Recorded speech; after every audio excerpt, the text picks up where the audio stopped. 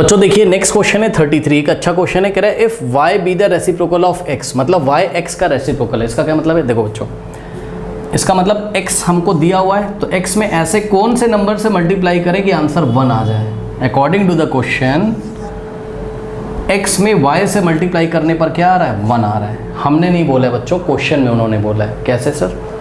Question में ही तो बोल रहे हैं y be the reciprocal of x। उन्होंने बोला कि y क्या है? x का रेसिप्रोकल है। इसका मतलब y अगर x का रेसिप्रोकल है तो x में y से प्रोडक्ट करने पर यानी कि मल्टीप्लाई करने पर 1 आता है। क्यों सर? कुछ लोग कंफ्यूज होंगे, तो मैं आपको बता दूं कि बच्चों जैसे 2/3 है, अब इसका रेसिप्रोकल तो सब लोग निकाल लेते होंगे, है ना। 3/2 होगा इसका रेसिप्रोकल, ठीक। डिनोमिनेटर न्यूमरेटर में आ जाएगा, न्यूमरेटर डिनोमिनेटर में, तो 2/3 का रेसिप्रोकल 3/2 होता है, ठीक। अब रेसिप्रोकल का असली मतलब ये होता है कि 2/3 में ऐसे कौन से नंबर से मल्टीप्लाई करें कि 1 आ जाए। तो भाई ऑब्वियसली 2/3 में 3/2 से ही तो प्रोडक्ट करोगे तभी तो 1 आएगा। चेक कर लो, यहाँ पे करके दिखा देता हूँ। 2/3 में 3/2 से करोगे तभी तो 1 आएगा, क्योंकि 2 से 2 कैंसिल, 3 से 3, तो 1 आ जाएगा, ठीक। तो अकॉर्डिंग टू द क्वेश्चन मैं ये समझ पाया कि भाई x और y का प्रोडक्ट 1 है, क्योंकि x का रेसिप्रोकल कौन है? y, ठीक है।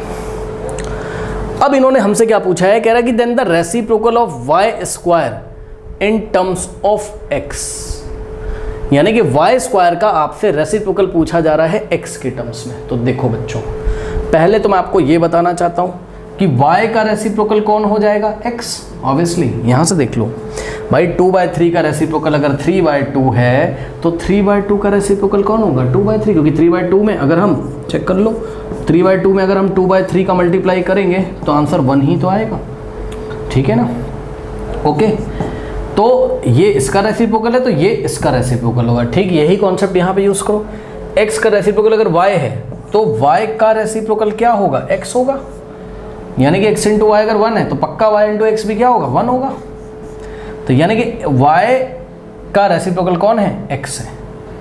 तो यहाँ से हमें पता चला क्या? x is the reciprocal of y, x is the reciprocal of y, ठीक। लेकिन उसने हमें क्वेश्चन में क्या पूछा? The reciprocal of y square. उसने हमें y का रेसिप्रोकल नहीं पूछा है, ना ना ना, y का रेसिप्रोकल तो x है।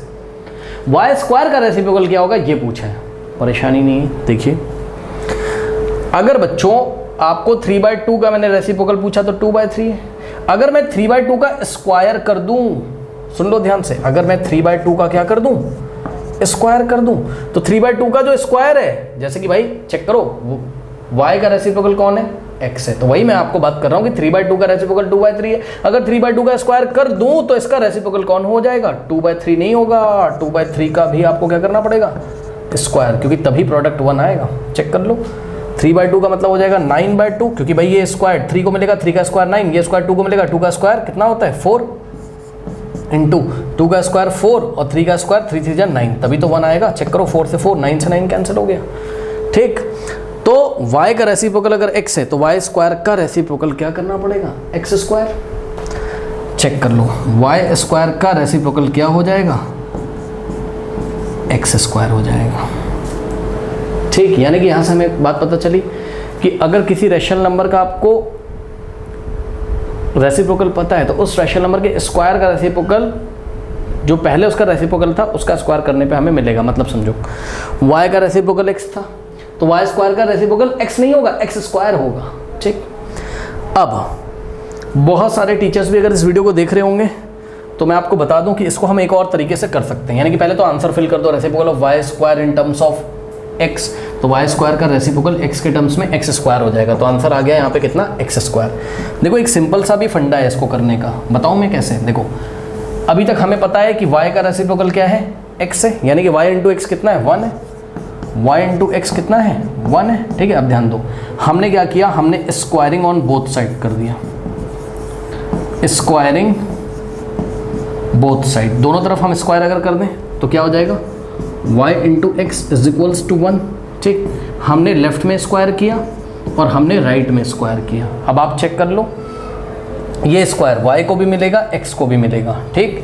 तो यहाँ से क्या हो जाएगा? देखो y को मिलेगा तो हो जाएगा y स्क्वायर इंटू ये स्क्वायर x को मिलेगा तो हो जाएगा x square is equals to 1 का स्क्वायर क्या होता है 1, भाई 1 का स्क्वायर क्या होता है बेटा, 1 का स्क्वायर का मतलब 1 इंटू 1 यानी कि 1, ठीक है। 1 का स्क्वायर मतलब 1 इंटू 2 मत कर देना, 1 को 1 से 2 टाइम्स मल्टीप्लाई करना है, 1 इंटू 1 1।